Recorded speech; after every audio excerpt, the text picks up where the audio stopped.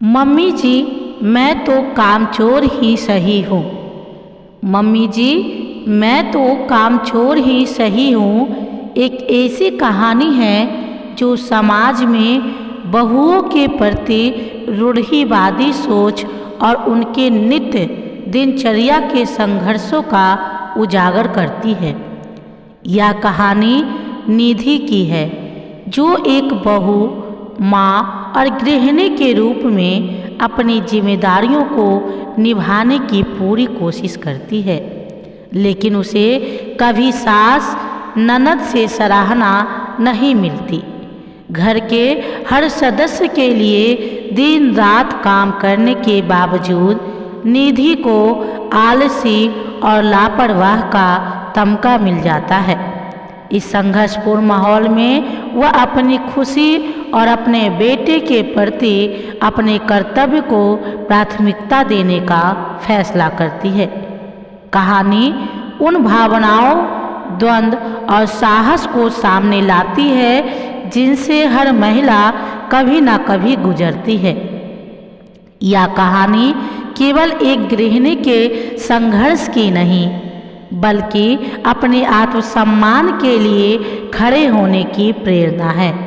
यह उन सभी को समर्पित है जो हमेशा सबको खुश रखने की कोशिश करती है, लेकिन अंततः खुद को पीछे छोड़ देते हैं। तो आइए इस कहानी को आगे बढ़ाते हैं। इससे पहले आप हमारे चैनल द धार्मिक गुरुजी को सब्सक्राइब करें और पसंद आए तो लाइक ज़रूर करें। तो कहानी इस प्रकार शुरू होती है। भाभी, आपका बच्चा है, आप ही संभालो, हमसे तो नहीं संभलता, कहती हुई ननद ने निधि के बेटे प्रिंस को सोफे पर ही लेटा दिया। यह देखकर सासू माँ ने कहा, बहू, थोड़ा जल्दी जल्दी काम कर लिया करो, बस धीरे धीरे काम करके टाइम वेस्ट करती रहती है। पर मम्मी जी, अभी तो मैं खाना बना रही हूँ, पापा जी और इनका टिफ़िन भी पैक करना है, इन्हें भी दुकान के लिए लेट हो रहा है, अभी तो थोड़ी देर आप ही संभाल लीजिए ना, निधि ने विनती करते हुए कहा। अरे, काम की इतनी ही चिंता है तो थोड़ा जल्दी उठ जाया कर, हर काम धीरे धीरे करती है, हमारी मदद के लिए तो कोई नहीं होता था, फिर भी दो दो बच्चे पाल लिए हमने, और एक इन्हें देखो, एक बच्चा नहीं पलता इनसे, सास निधि को सुनाते हुए बोली। अरे, उससे नहीं हो रहा है तो तुम टिफ़िन पैक कर दो। दोनों माँ बेटी सुबह सुबह बस बहू को सुनाना शुरू कर देती हो। पोते पोती भी चाहिए पर उन्हें संभालना नहीं है, और कौन सा अकेले करती थी तुम काम, मेरी अम्मा संभालती थी बच्चों को, ससुर जी ने अंदर से आते हुए कहा। अब अपनी बहू को कुछ कहूँ भी नहीं, चढ़ा लो उसे अपने माथे पर, तुम्हारी अम्मा के साथ मैंने निभाया है, ये मेरा ही जी जानता है, तुम्हारा क्या है, तुम तो बस मुँह हिलाकर बैठ जाते हो, सास नाराज होकर बोली।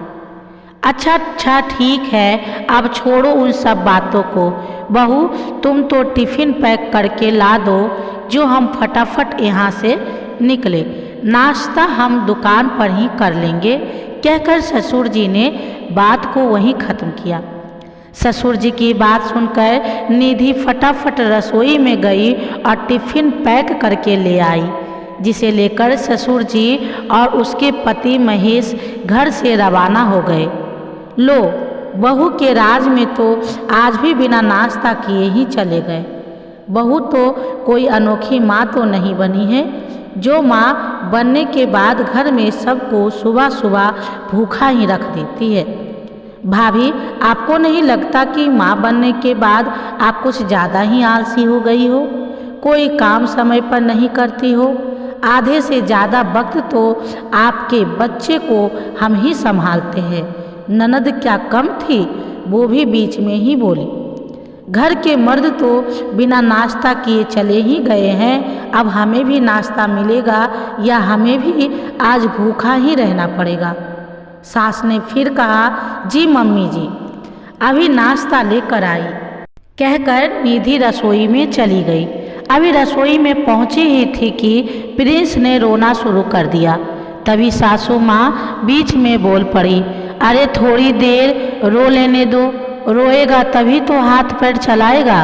तू तो फटाफट से नाश्ता लेकर आ, बड़े जोरों की भूख लग रही है हमें। निधि फटाफट 2 प्लेट में दोनों के लिए नाश्ता लगाकर ले आई। नाश्ते को देखते ही ननद झल्ला पड़ी, ये क्या है? पराठा, आलू की सूखी सब्जी और रायता। भाभी इसे नाश्ता कहते हैं क्या? अरे हम आपके बच्चे को संभालते हैं, कम से कम खाना तो हमें ढंग का दे दिया करो। पर निधि ने उसकी बातों में दिमाग लगाना ठीक नहीं समझा। उसे तो अपने रोते हुए प्रिंस को संभालना था। दोनों को नाश्ता परोसकर फटाफट उसने प्रिंस को गोद में उठा लिया और उसे चुप कराने लगी। अब बेटा जो मिला है वही खा ले, इससे और क्या उम्मीद की जा सकती है। निधि प्रिंस को दूध पिलाने के लिए अंदर कमरे में लेकर जाने लगी। तभी सासू माँ ने कहा, अब जाने से पहले कम से कम पराठे का कैसरेल तो रख जा। अब क्या खाना खाते खाते हम लोग रसोई में उठकर पराठे लेने जाएंगे? निधि प्रिंस को लेकर ही रसोई में गई और कैसरोल उठाकर बाहर लाकर रख दिया। अभी पलटी ही थी कि ननद ने कहा, भाभी इतनी अकल तो आप में होनी चाहिए कि हम लोग खाना खाने बैठे हैं तो कम से कम पानी के गिलास तो रख जाओ, फिर संभाल लेना अपने बेटे को। निधि प्रिंस को लेकर रसोई में जाने लगी तो ननद बोली, अब इसे सीने से लगाए हर जगह अपने साथ लेकर घूमोगी क्या? यही सोफे पर लेटा दो दीदी, कहीं यह गिर नहीं जाए। अरे हम लोग बैठे हैं ना यहाँ पर, नहीं गिराएंगे तेरे बेटे को, इतना सा भी भरोसा नहीं है क्या हम पर? सास ने कहा। सास की बात सुनकर निधि ने अपने बेटे को वहीं लेटा दिया और अंदर रसोई में 2 गिलास पानी लेने चली गई। अभी गिलास में पानी डाल ही रही थी कि अचानक प्रिंस के गिरने की आवाज़ आई। सुनकर निधि बाहर दौड़ी आई, क्या हुआ मम्मी जी, कैसे गिर गया प्रिंस? अरे कैसे गिर गया का क्या मतलब? कोने पर लेटा कर जाओगी तो गिरेगा, नहीं तो और क्या होगा? ननद ने कहा। एक बच्चा नहीं संभलता तुमसे, फोड़ दिया ना मेरे पोते का सिर। सास प्रिंस को चुप कराते हुए बोली, पर प्रिंस था कि चुप ही नहीं हुआ। अब खड़ी खड़ी देख क्या रही है? ले इसे अपनी गोद में और चुप करा। क्या संभालेगी ये बच्चे और घर को अच्छी तरह? ढीली बहू पल्ले पड़ी है।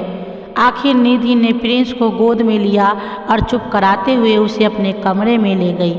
कमरे में ले जाकर उसे दूध पिलाकर सुला दिया, पर प्रिंस के सिर पर चोट के कारण निशान पड़ गया। शाम को ससुर जी और महेश घर पर आए तो प्रिंस के सिर पर चोट देखकर बोले, क्या हुआ प्रिंस को?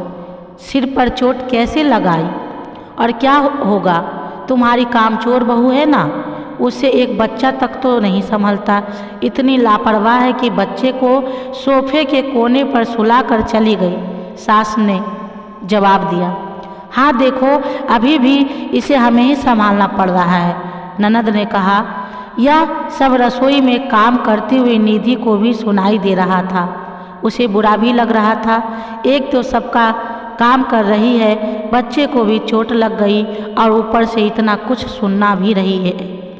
बहू खाना बन गया तो फटाफट से सबके लिए खाना लगा दो और फिर संभाल अपने बेटे को, हम भी अब थक गए हैं। निधि ने डोंगे में सब्जी निकालकर और रोटी का कैसरोल लेकर बाहर टेबल पर लाकर रख दिया। साथ ही प्लेट, कटोरी, गिलास सब कुछ लाकर वहीं रख दिया। यह देखकर सास बोली, ये सब यहाँ लाकर क्यों रख रही है? मम्मी जी मैंने खाना बना दिया है और सारा सामान यहीं लाकर रख दिया है। अब आप लोग अपनी अपनी प्लेट लगाइए और खाना खा लीजिए और उसके बाद अपने अपने जूठे बर्तन रसोई में रखाइए। तब तक मैं प्रिंस को संभाल लूँगी। उसके बाद आप प्रिंस को संभालिए ताकि मैं खाना खाकर रसोई की साफ सफाई कर दूँ। निधि ने कहा, तू हमें काम बता रही है? दिन भर तेरे बेटे को संभालते हैं, वो क्या कम है कि अब तू ये हरकतें करने लग गई। खाना परोसने में भी जोर आ रहा है, बड़ी कामचोर होती जा रही है तू, ऐसा सास ने कहा। मम्मी जी, दिन भर काम करने के बाद, अपने बेटे का सिर फुड़वाने के बाद भी मैं कामचोर ही तो हूँ। कौन सा मुझे अच्छी बहू का मेडल मिल रहा है, तो सोचा कि आप कामचोर ही बन जाऊं।